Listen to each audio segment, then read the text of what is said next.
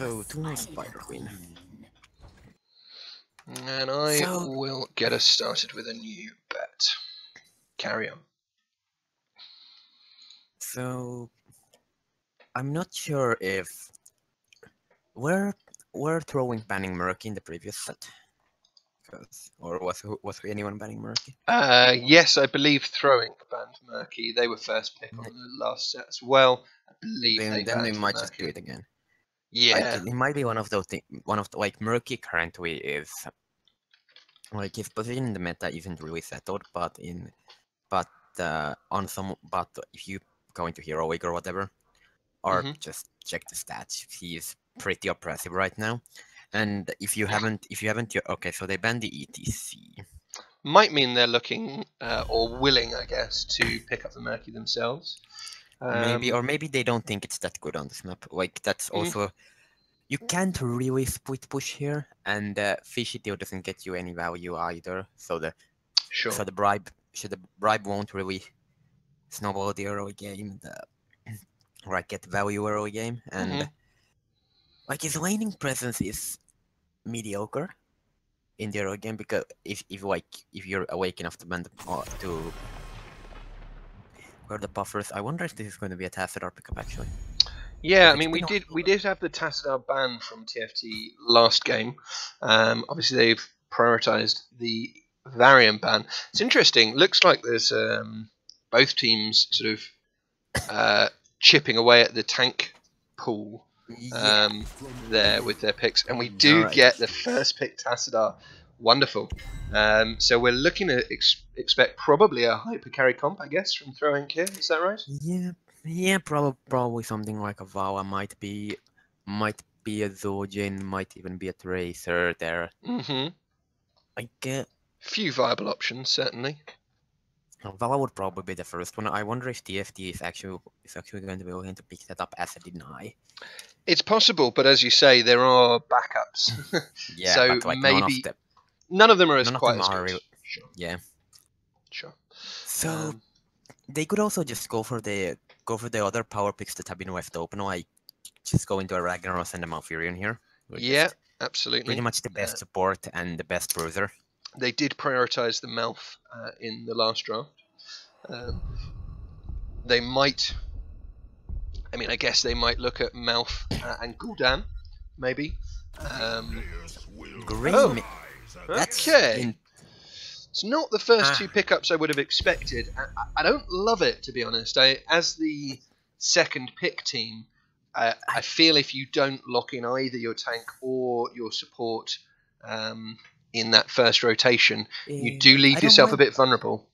I don't mind the Gul'dan pick they had. They clearly have an extremely comfortable Gul'dan player, and he's just very strong on this map. I'm not saying if you have Gul'dan, yeah, you can't really lose a rotation with the Gul'dan. But then the Greymane is just, they give up so much for this. I mean, ultimately, I'd have been fine with either of those picks. I think they're both fine picks, but both I think is pretty dodgy.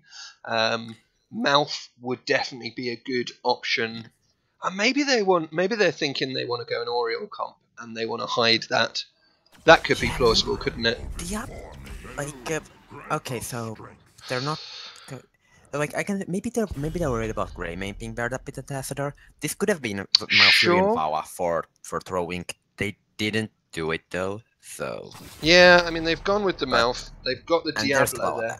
Obviously, a Valaban seems like very much the obvious choice, except that if throwing didn't pick up the Vala instead of that Diablo, I would assume that they have a different plan, if you see what I mean.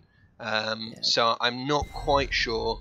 We do get the Tyrael ban, obviously not wanting the Tyrael to empower that Greymane. Yeah. Seems pretty reasonable. We certainly saw that pairing being very effective in the last game. And just throwing draft isn't like Diablo does work relatively well with the Tassadar. Like usually his problem is kind of that he has to go in, otherwise he is very vulnerable to being poked out. He has to go in. If he like loses any of his buffer, then he's like in an awkward position. Yep. Because usually your support can't top Diablo off efficiently. So if Diablo is chunked, he stays chunked for a long time. That is a late old Ragnaros. I mean, we did see him going through into the second ban phase last draft. Yeah, I feel like these teams seem to be like trying to heavily target each other. It does feel that way, doesn't it? Because I mean, obviously the Greymane was something that Throwink played in game 1. So obviously TFT choosing to take that away, and I think the Tyrael ban, is probably targeted at that pairing as well. So it's interesting to see this develop, and obviously to allow some of the most powerful meta heroes to go much later in the draft than I would normally expect to see them. So TFT just have to pick up their support for last. I wonder if this is just gonna be the Zeratul comp. Like, are they just gonna go all in on that? They could still. The thing is, they don't have a. Oh, all right. Okay, so we do have a very strong R comp there, with the Earthquake into APOC, into Ring of Frost, but they don't have the classic, neither the classic Tassadar accompaniment of a heavy AA champ, or a second sort of AoE type effect to synergize with the ult lockdown. It's interesting. It's also that Tassadar doesn't really get a huge amount of value anymore. Like they kind of they could have gone into a hyper carry composition. Tychus, by the way, went entirely through this draft without anyone picking him up. Interesting. Yeah, no, same in the last game. Nobody picked him up. I don't think he was banned. He might have been the second ban from TFT. I'm not sure. But yeah, so Tassadar was picked up, but they didn't really pick up anything that specifically enables it. They have the old R. They basically have the old R meta composition. Yes. But there's a reason that fell out of meta. Sure, of course. Like right now, it used to be that with the 70% slow, you couldn't effectively dodge it. Not without mobility spells. If you got Earthquake, then anything else came on you, you're screwed. There's really nothing you can do about it. Absolutely. The slow is now 50%.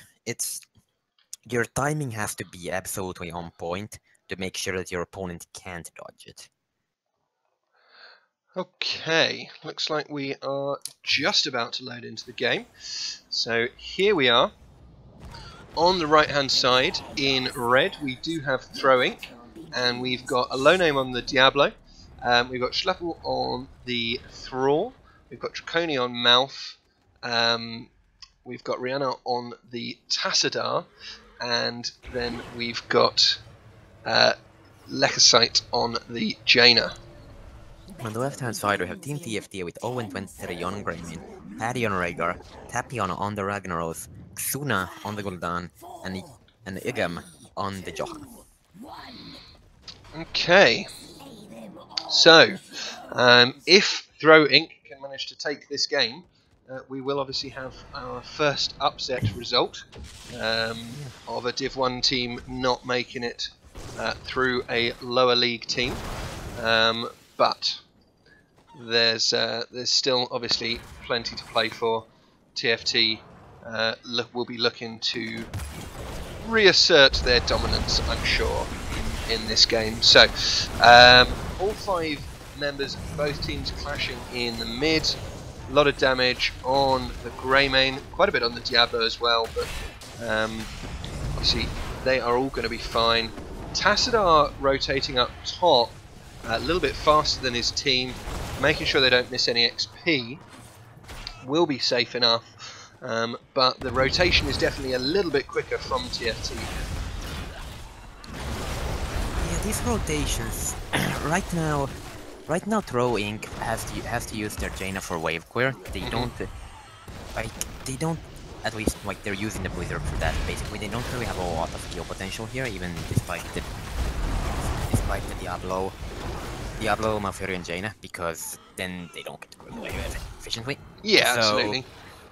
I mean, you know, Psystorm and a Moonburn from Malfurion will go some way towards that, but yeah, not quite as much as a Gul'dan yeah, it's right. I definitely like Johanna. the setup in the early game more for Team TFT.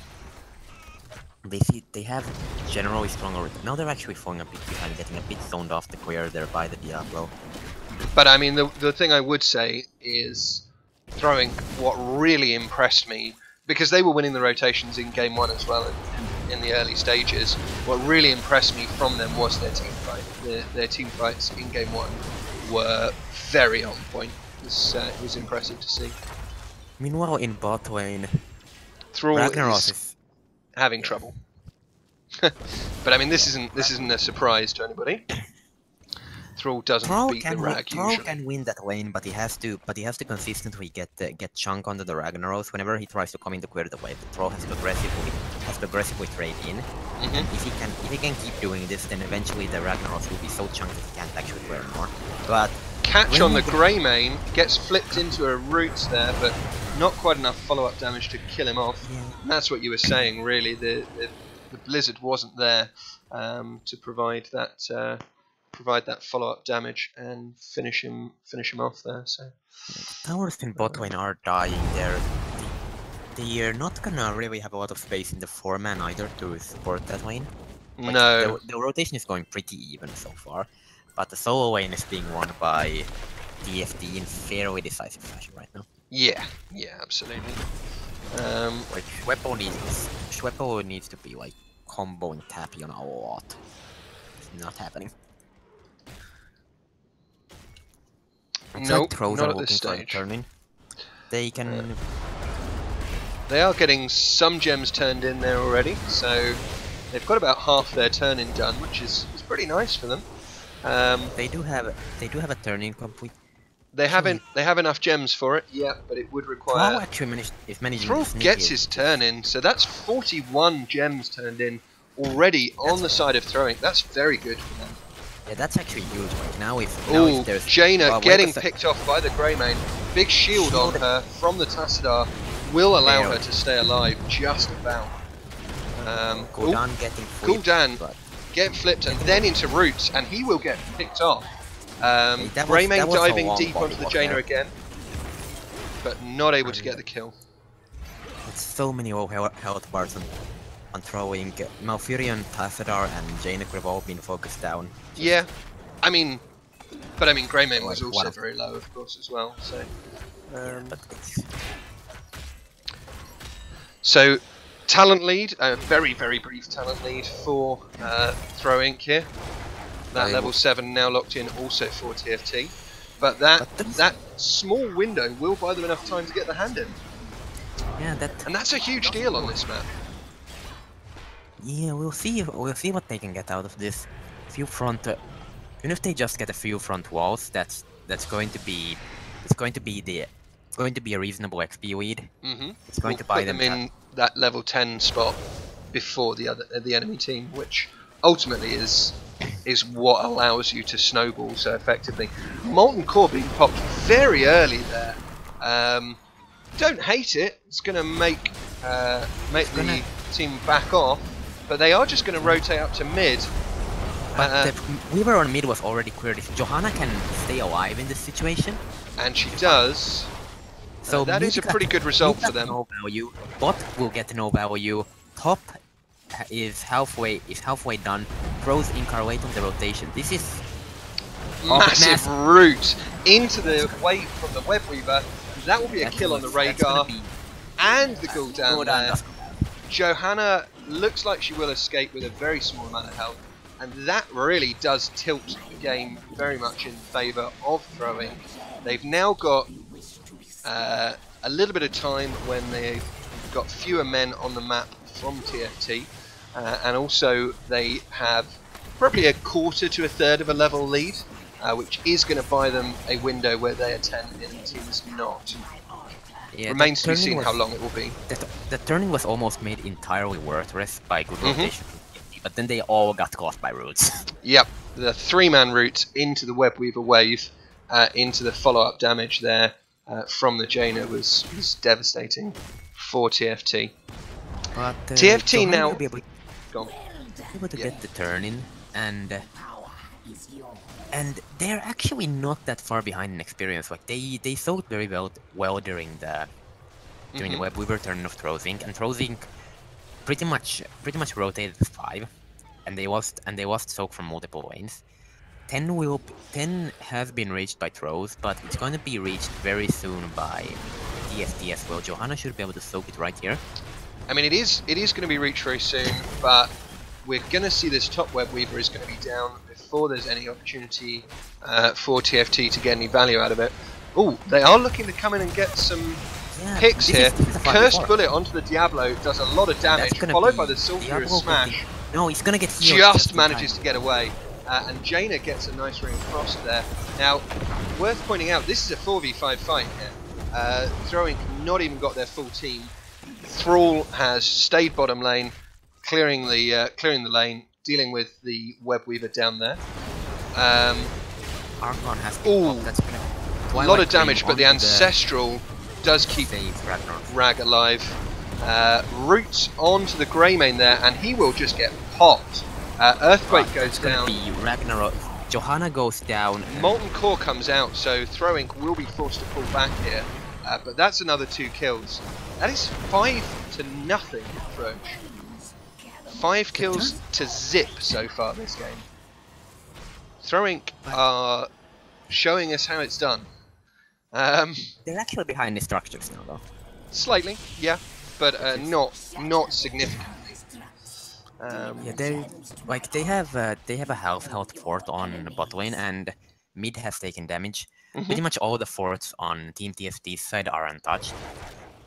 Because of these skills, TFT is like almost a level behind in experience, and Throw Inc. has to turn in if they can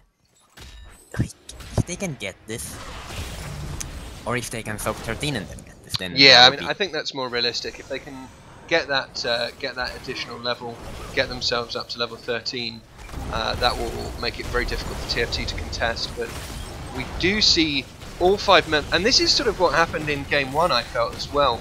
As soon as TFT were not on the front foot, they seemed very eager to just stay clumped as a group, and that does cost them some potential ability to catch up on XP. I can absolutely understand the inclination to stay defensive, stay as a 5, but it's kind of dangerous to do that when the enemy team is soaking multiple lanes.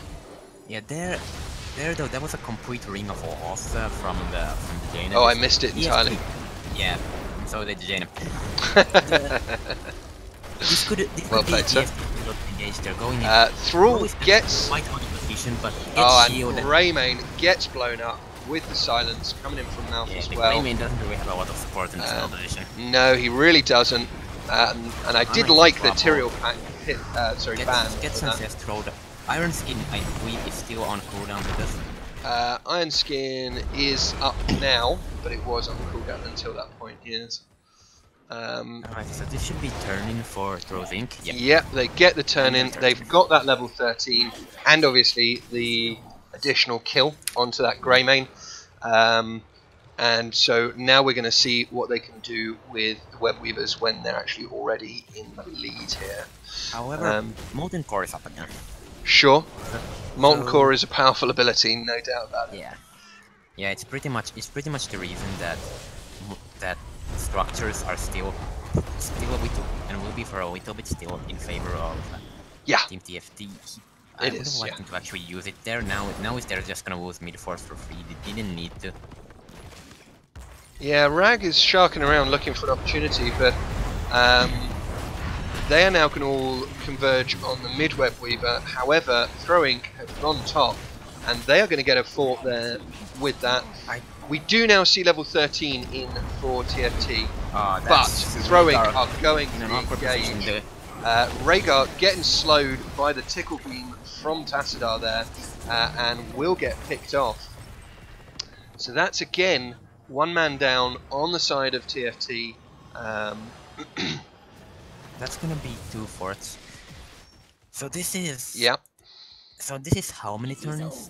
That was the second turn in That was the rows. second turn in 4 throws, the third turn in overall. So TFT are now 0 to 7 in chaos. They're gonna lose another. Gonna lose another fort. Ragnaros won't be in time to save this one. And so now all forts have gone down. That makes it much harder for TFT to get control over those hand-in points. Yeah, they do have a turn in again. Ring of Frost is down, but so is so for us. They have the gems for it, but they don't have access to be able to actually do it safely. Johanna actually doing it fast and always here. It might be yeah. Johanna. That doesn't really mean that you can just run around completely and actually get saved by the ancestor. Does get saved. So first misses entirely. And there's the earthquake into APOC, but Thrall is going to fall to the Horrify. Rag getting silenced and will fall as well. Complete island there. And that's a lot of gems lost that Throwing will be able to Oh, but Jaina also does get picked up as well. Looks like that will get responded to with the Greymane kill. Johanna might even go down here as well, although we do have 2 supports and a Diablo, so possibly not. Tassadar is going to slow him down a little bit, but not enough. And those deaths actually lost them enough gems that they no longer have a turn in. Yep, only 45, 50 gems on the side of TFT. But now 16 has been reached by throws.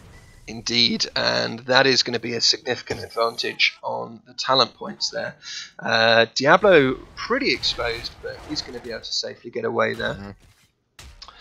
And we do see Tassadar is just lurking around these hand-in points, keeping vision up, making sure that the enemy team has no opportunity to sneak a turn in for them.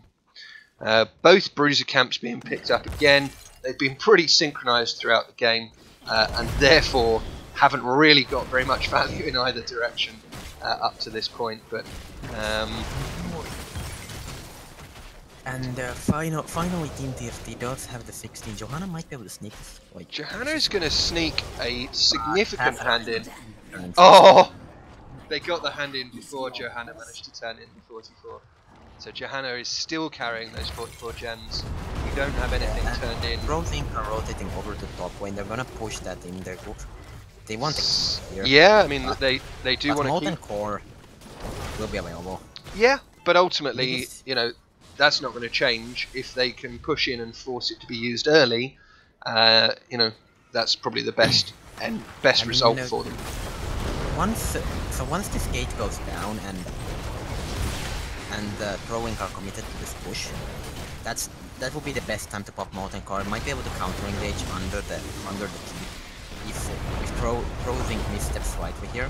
Yes. They're Throwing need to be very careful. Don't want to go in because of the threat of Molten Core. But Johanna is getting sweep, but does have the Iron Skin, will be able to get out. Molten Core has not been popped. That Cursed Bullet does get a lot of damage off to Diablo, so that is going to force them to back off. That thing only has a 30 second cooldown. I know, it's pretty mental, isn't it?